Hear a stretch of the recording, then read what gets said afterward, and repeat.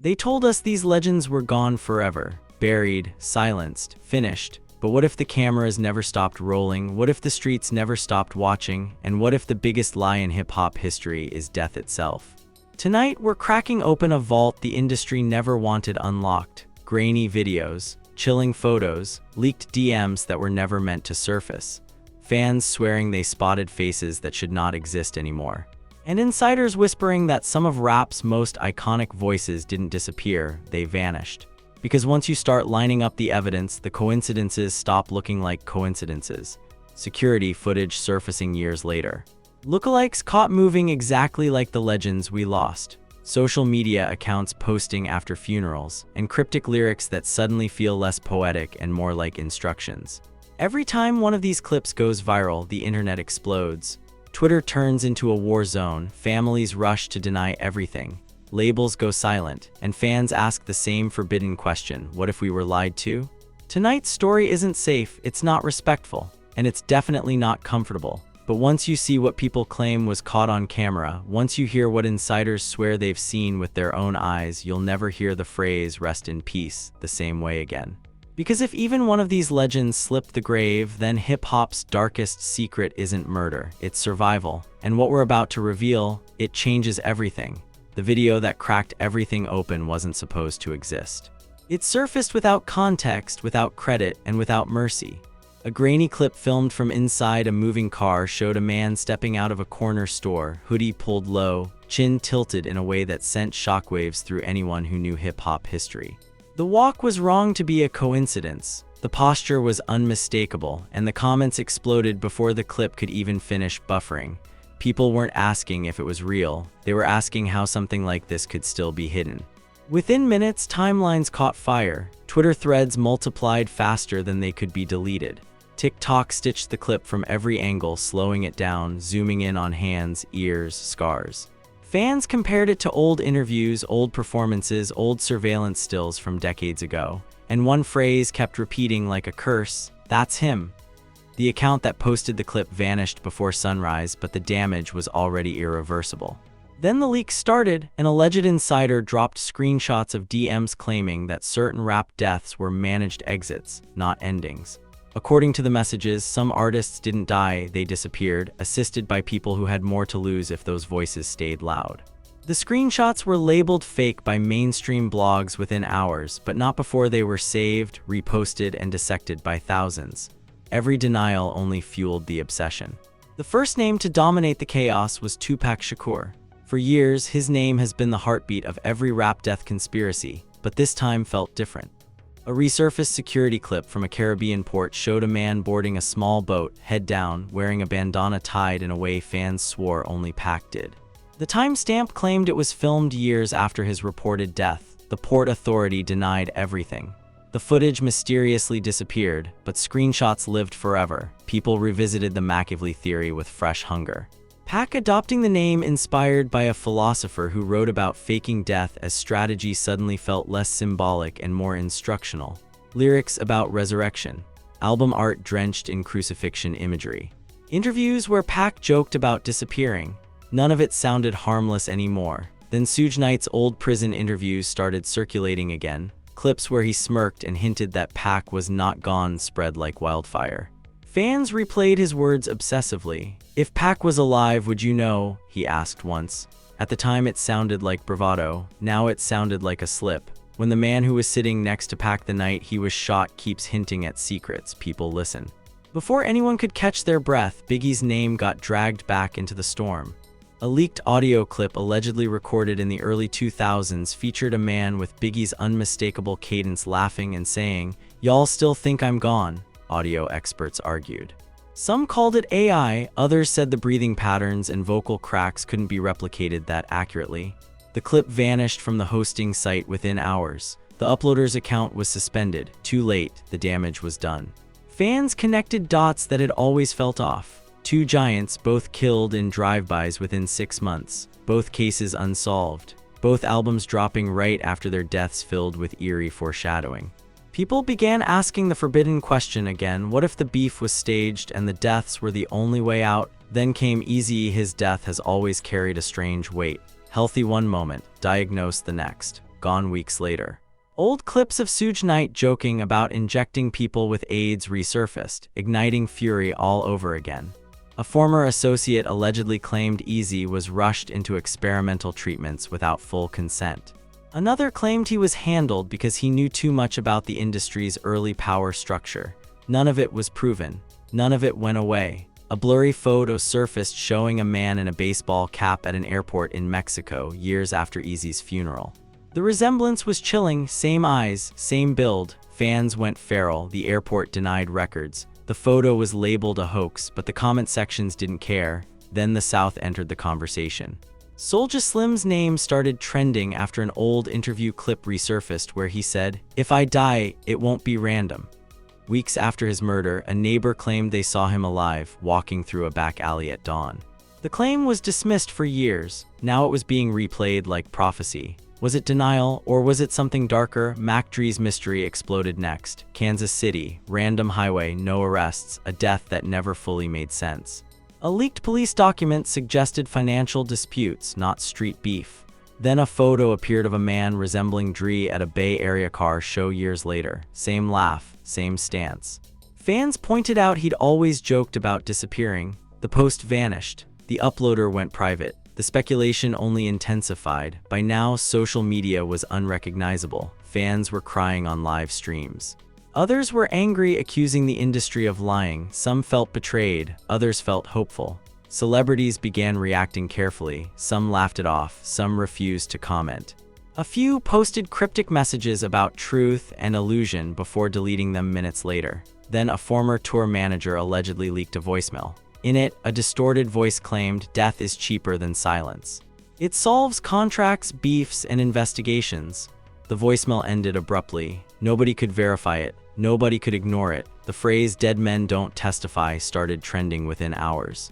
At this point, the culture wasn't just watching, it was unraveling, because if even one of these legends slipped past the grave, it meant the stories we were fed were curated, controlled, and maybe designed to protect people who didn't want certain voices breathing anymore. And just when the internet thought it had reached peak insanity, a new clip surfaced. A man sitting alone at an outdoor cafe filmed from across the street, hoodie up, head down. The camera zoomed in just enough to catch his profile. The resemblance was terrifying. The timestamp said it was taken years after his reported death. The caption read only one sentence: "Legends don't die, they exit." The post stayed up for 9 minutes, then it vanished, and everyone watching knew this wasn't the end. The second wave didn't arrive quietly. It crashed in like a siren, louder and more destabilizing than the first, because now the conversation had shifted from sightings to patterns. Fans weren't just sharing clips anymore. They were building timelines, cross-referencing dates, comparing lyrics to leaked footage, and what they thought they were seeing scared them. It started with a deleted livestream. A mid-level producer, not famous enough to be protected and not obscure enough to be ignored, went live late one night, clearly shaken. His hands trembled, his voice cracked. He said he'd seen things he wasn't supposed to see while working archive footage for a documentary that never aired. He claimed certain raw tapes showed artists alive days after their official deaths. Before he could finish the sentence, the live abruptly cut. His account went dark. By morning, his page was wiped clean. Clips of the live stream spread anyway. The internet did what it always does when authority disappears. It filled the void with theories. Screenshots of production call sheets surfaced, allegedly showing reshoots scheduled after funerals. Fans claimed metadata on old videos didn't match the dates they were supposedly filmed. Blogs rushed to debunk, but every debunk seemed to raise more questions than answers. Then the audio leaks escalated everything. A distorted phone call began circulating, allegedly between two industry figures discussing a successful exit. One voice said, "It's done. He's off-grid, nobody asks questions once the candlelight vigils start." The other replied, "Just make sure the visuals never surface." The audio was quickly labeled fake by some, but others pointed out how similar the voices sounded to known executives. No names were confirmed, no names were needed. The implication alone detonated social media. Fans turned their attention to the younger generation. XXXTentacion's name surged back to the top of trending lists. Old clips resurfaced where he spoke about faking his death. Tattoo discrepancies were analyzed again. Photos from the crime scene were scrutinized pixel by pixel. A blurry image from a 2019 event showed someone in the crowd who fans swore looked exactly like him, down to the neck tattoos. Critics called it disrespectful. Believers called it proof. Then Juice WRLD's infamous tweet resurfaced again, louder this time. "My goal is to get overly famous, shine for a couple years, then fake my death." The timestamp haunted people. The timing of his collapse, just days after his 21st birthday, felt less random to conspiracy communities. Alleged sightings popped up in Europe. A grainy photo of a man in a hoodie wearing a brand released after Juice's death went viral. Fans lost their minds, the post vanished. The account was deleted. Pop Smoke's case cracked open next. Fans noticed how little was taken during the supposed robbery, how quickly suspects were identified, how the address leak came from inside his circle. A security guard from a neighboring property allegedly claimed he saw someone matching Pop's description weeks later at a private residence. The guard later recanted. The internet did not forget. Then came Nipsey Hussle. This is where the theories turned darker, way darker. Clips of Nip talking about Dr. Sebi resurfaced again, stitched together with interviews, tweets, and snippets of unreleased footage. A so-called insider claimed Nip was planning to leave the public eye entirely because of threats tied to his activism. Another claimed the Marathon store shooting was a staged end that went wrong. Nip's family shut everything down publicly. Fans argued endlessly, emotions ran hot, the culture split, and then DMX. Before he was officially pronounced dead, news outlets reported his death prematurely. His team had to correct it. That alone ignited suspicion. A video allegedly showing a man who looked like X walking through an airport months later went viral. The voice, the build, the energy, skeptics screamed lookalike. Believers pointed to his lyrics about escaping the industry. The clip disappeared. ODB's FBI file resurfacing only made things worse. Fans argued the government monitoring him proved he was too loud to stay alive. Others believed his paranoia was justified and that faking his death was the only way out of legal pressure. A photo allegedly showing a man resembling ODB in Eastern Europe circulated briefly before being scrubbed. No explanation, no follow-up, then Pimp CS name exploded back into the conversation. Blood in the hotel room, conflicting autopsy details, family members making vague statements over the years. Fans claim to hear Pimp's voice on a leaked phone recording dated years after his death. Audio analysts argued for weeks. The clip vanished. Again, by now the internet wasn't debating if something strange was happening. It was debating how deep it went. Proof's case reignited anger in Detroit. Claims about no gun residue, allegations of planted weapons. A former manager insisting the official story didn't add up. Fans began asking whether Proof was silenced to hurt Eminem, not just physically but spiritually.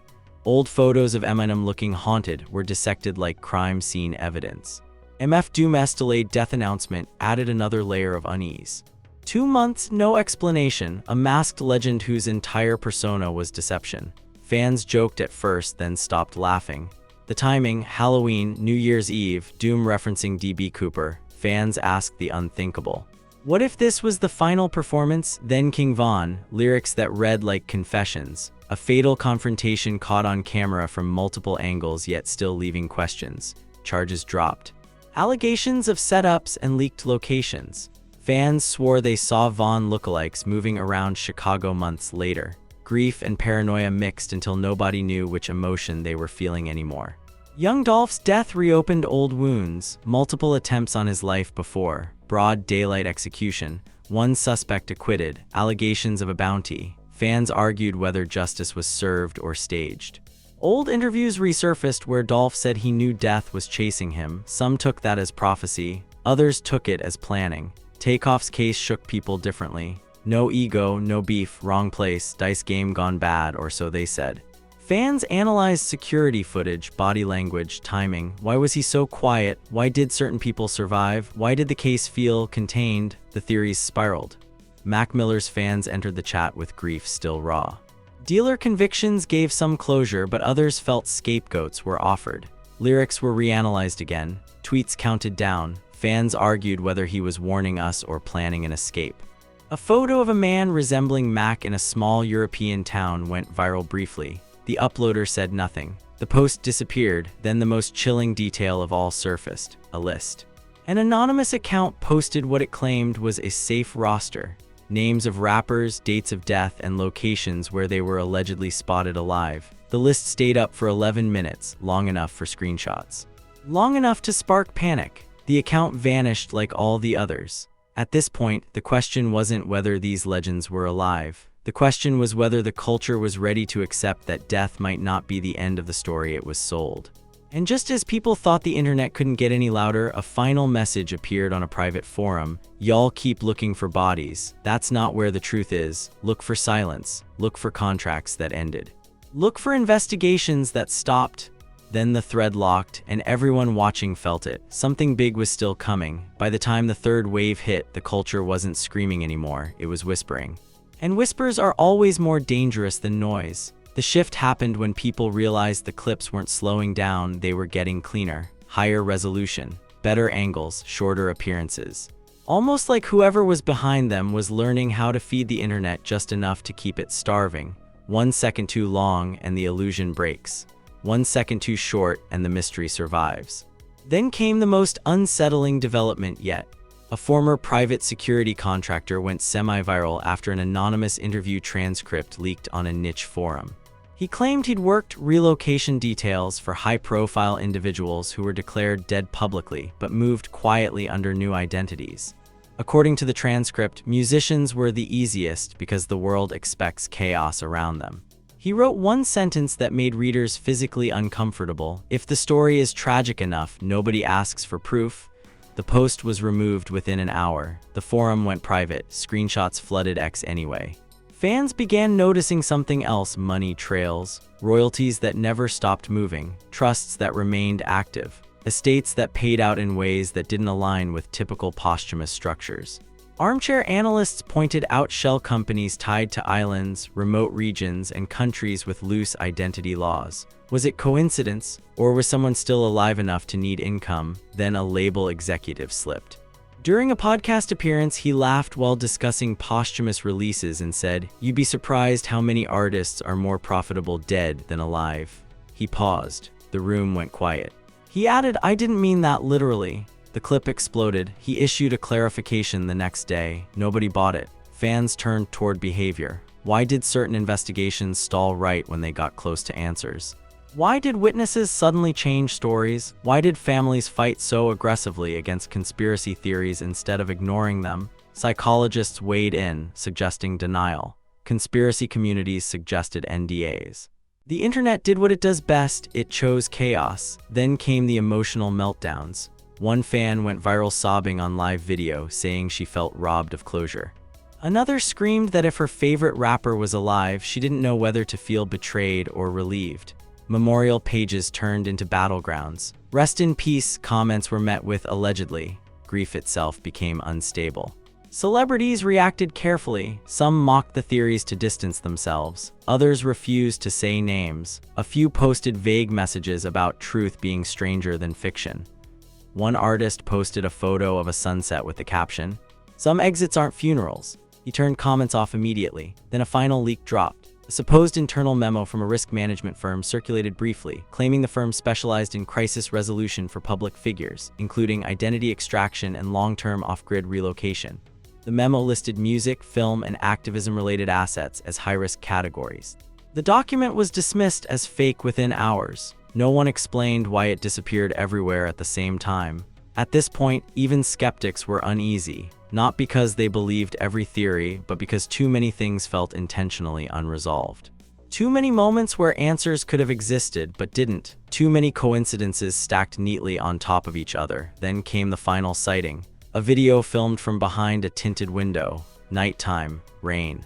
A man stepping into a vehicle, no face shown, but the laugh was unmistakable. Fans froze the frame. Audio was isolated compared to old interviews. The cadence, the rhythm, the way the laugh cut off at the end.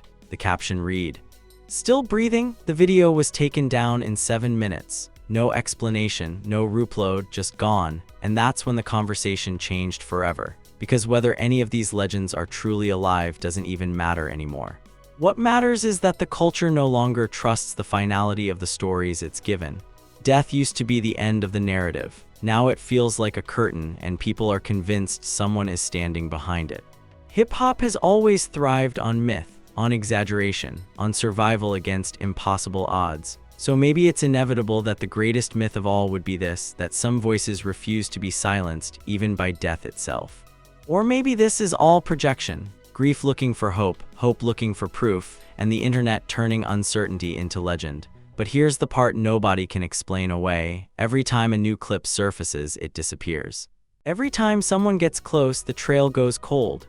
Every time the question gets too loud, the answers vanish. And that doesn't feel accidental. Because if these legends really did escape from violence, from contracts, from pressure, from knowing too much, then staying unseen would be the final rule.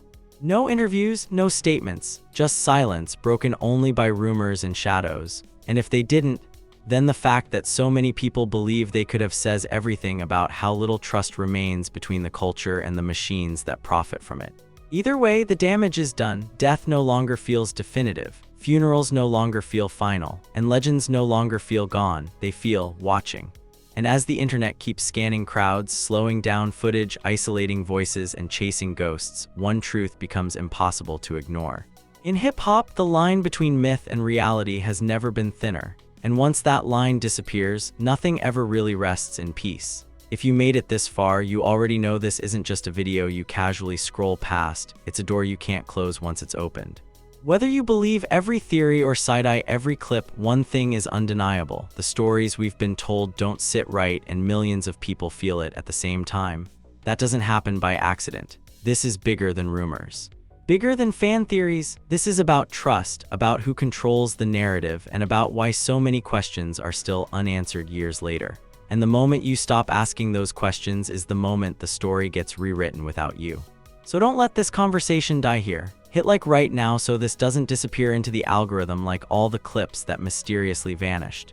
Subscribe because new footage, new leaks, and new coincidences surface when people least expect it. And when they do, you'll want to already be here. And most importantly, comment, say what you think, call it cap, call it possible, call it disturbing, but don't stay silent. Because silence is how stories get buried. Silence is how narratives stay controlled. And silence is exactly what thrives when people are afraid to question what they're shown. If even one of these legends slipped away instead of being silenced, the implications are massive. And if none of them did, then the fact that so many people believe they could have tells you everything about how broken the trust has become. Stay curious, stay alert, and stay with us because the next clip, the next leak, the next moment that shouldn't exist could drop at any time.